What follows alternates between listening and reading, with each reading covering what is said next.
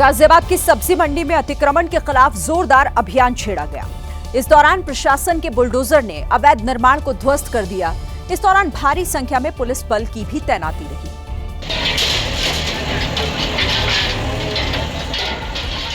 गाजियाबाद में बुलडोजर वाला एक्शन हुआ। शहर के साहिबाबाद नवीन फल और सब्जी मंडी में बुलडोजर पहुंचा। सरकार के आदेश पर यूपी की सभी मंडियों से अवैध अतिक्रमण हटाया जा रहा है।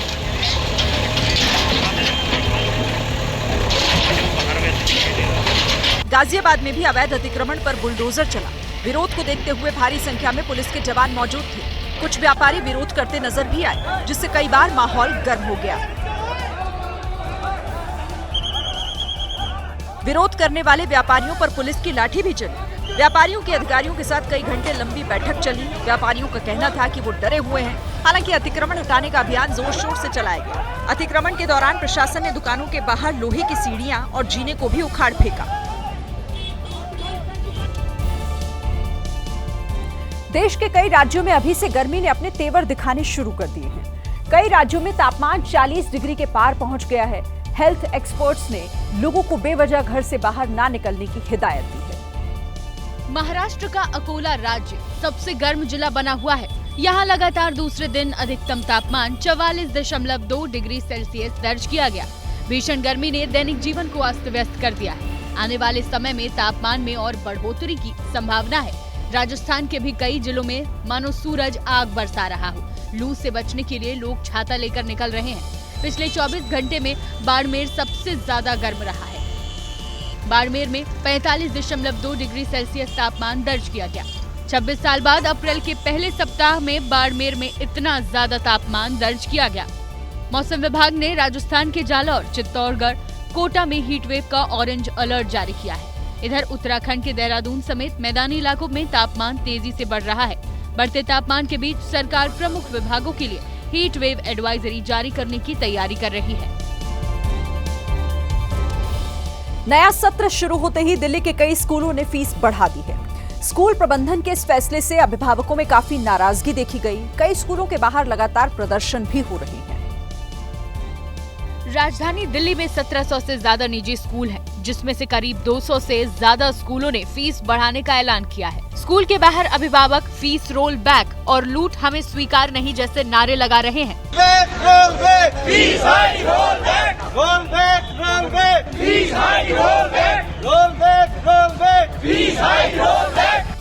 अभिभावकों का कहना है कि हर साल फीस बढ़ाई जा रही है, जो बिल्कुल भी ठीक नहीं है। मेरे साथ तमाम पेरेंट्स डीपीएस द्वारका के नजर आएंगे, जो पीड़ित हैं, परेशान हैं और लगातार जिनके बच्चे स्कूल प्रशासन के द्वारा हैरेस किए जा रहे हैं। डीओई, डीडीई, सीएम ऑफिस, दोनों सरकारों का हम गुहार लगाते चल रहे हैं, फिर भी हमारे बच्चों का उत्पीड़न रुक नहीं रहा है। हर साल ऐसा कुछ न कुछ होता है। मैम, मेरे बच्चे यहाँ पढ़ने नहीं आते, लाइब्रेरी में अरेस्ट होने आते हैं। जब से स्कूल ओपन हुए हैं 20 मार्च से, तब से ही बच्चों को क्लासेस में बैठने नहीं दिया जा रहा है।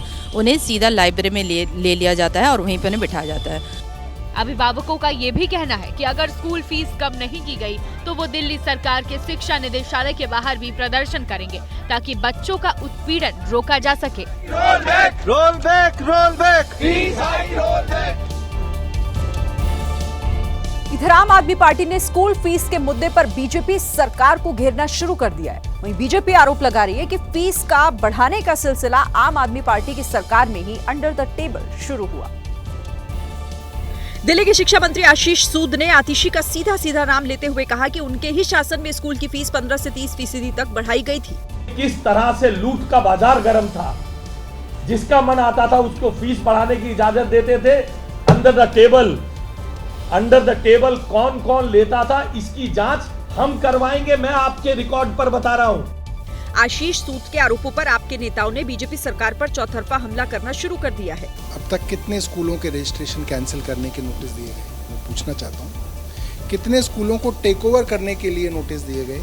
स्कूल की बुक्स के नाम पे, स्कूल की यूनिफॉर्म्स के नाम पे बच्चों से मनमाने पैसे लिए जा रहे हैं। जिनके माँ बाप ने बढ़ी हुई फीस नहीं दी, पूरे दिन बच्चों को लाइब्रेरी में बिठा के उनका उत्पीड़न किया जा रहा है। इधर दिल्ली के पूर्व डिप्टी सीएम और तत्कालीन शिक्षा मंत्री मनीष सिसोदिया ने पूरे मामले की सीबीआई जांच कराने की मांग की है। आते ही लोगों को लूटना शुरू कर दिया, करप्शन करना शुरू कर दिया कि सरकारी प्राइवेट स्कूलों के साथ मिलके बीजेपी की सरकार खुलेआम करप्शन कर रही है। बढ़ते दबाव के बीच दिल्ली सरकार ने 1600 से ज्यादा स्कूलों में ऑडिट जांच का आश्वासन दिया और सख्त एक्शन लेने की बात भी कही। देश के बड़े अस्पतालों में शुमार अपोलो हॉस्पिटल ने लोगों की सेहत से जुड़ा हुआ एक सर्वे जारी किया है, जिसमें कई हैरान करने वाली जानकारियां भी सामने आई हैं।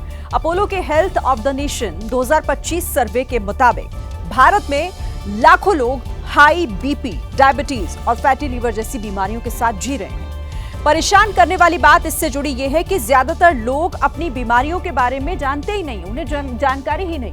हेल्थ ऑफ द नेशन सर्वे के मुताबिक अपोलो ग्रुप के तमाम अस्पतालों में साल 2024 में 25 लाख लोगों ने हेल्थ चेकअप करवाया। इनमें से 26% लोग हाई ब्लड प्रेशर के शिकार थे, जबकि 23% डायबिटीज से पीड़ित थे और 66% लोग फैटी लीवर की समस्या से पीड़ित थे। अब खास बात यह है कि इन लोगों में बीमारियों के कोई लक्षण नहीं थे। सर्वे में यह बात भी सामने आई है, ये पता चला है कि 45% महिलाओं और 26% पुरुषों में खून की कमी थी। इसी तरह 77% महिलाओं और 82% पुरुषों में विटामिन डी की मात्रा तय सीमा से कम पाई गई है।